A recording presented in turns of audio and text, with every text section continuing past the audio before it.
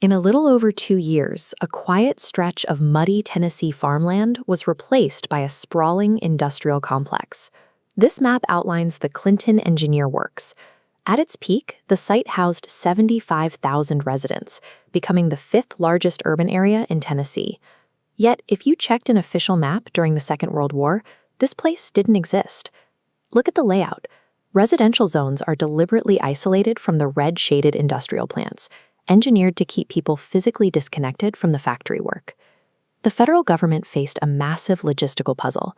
They needed to recruit and retain a vast workforce to develop the atomic bomb, but they could not allow a single detail to leak to the Axis powers. Their solution was a radical sociological experiment. The military engineered an entirely self-contained city designed to compartmentalize every aspect of human life. To keep the population compliant, the military outsourced the municipal operations. They hired the Roane Anderson Company with a specific mandate: manage the daily lives of the citizens so the army could focus entirely on the weapon.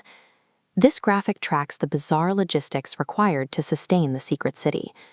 Roane Anderson operated 17 cafeterias, serving 40,000 meals a day.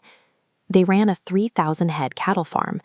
They even organized a fleet of over 800 buses, carrying 120,000 daily passengers, making it the ninth largest transportation system in the United States. Residents were provided with every suburban comfort, from bowling alleys to roller rinks and movie theaters, but they lacked basic democratic rights. There was no town council, and no one voted for a mayor. The city was a closed military reservation. All of this manufactured convenience served a specific tactical purpose. By ensuring workers had a comfortable, well-stocked community, the government kept them distracted, heavily localized, and less likely to question the true nature of their jobs. That comfort was tightly controlled by an aggressive surveillance state. Guards conducted routine vehicle searches at the perimeter gates, while internal sensors monitored outgoing civilian mail to ensure no sensitive information left the compound. Propaganda was omnipresent. Billboards like this one dominated the landscape, constantly reminding residents that talking about their work was strictly forbidden, with threats of steep fines or a decade in prison hanging over their heads. The ultimate expression of this compartmentalization was the workforce known as the Calitron Girls. These young women, mostly recent high school graduates, worked in shifts around the clock. Their job was to monitor gauges and adjust specific knobs to keep needles in the right place on giant machines called calitrons, which separated uranium isotopes. They were never told what the dials actually did. The rules were absolute. If a worker grew too curious or asked too many questions about the final product, they were immediately replaced. According to testimonies from the workers, those who probed too deeply simply disappeared from the site overnight. By totally restricting information, the government successfully divorced the laborers' physical actions from any intellectual understanding of the nuclear material they were manufacturing. The military also used mid-century racial prejudices to maintain strict physical hierarchy and control within the city's borders. Housing allocations were strictly divided by race and class.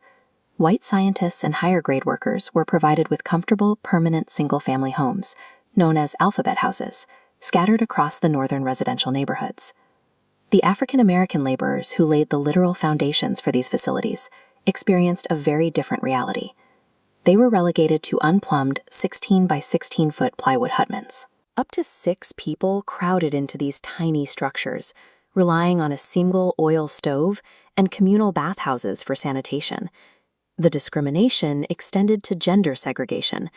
Black women were forced to live apart from their spouses in a fenced-off area known as the pen, monitored by guards who subjected them to a strict 10 p.m. curfew.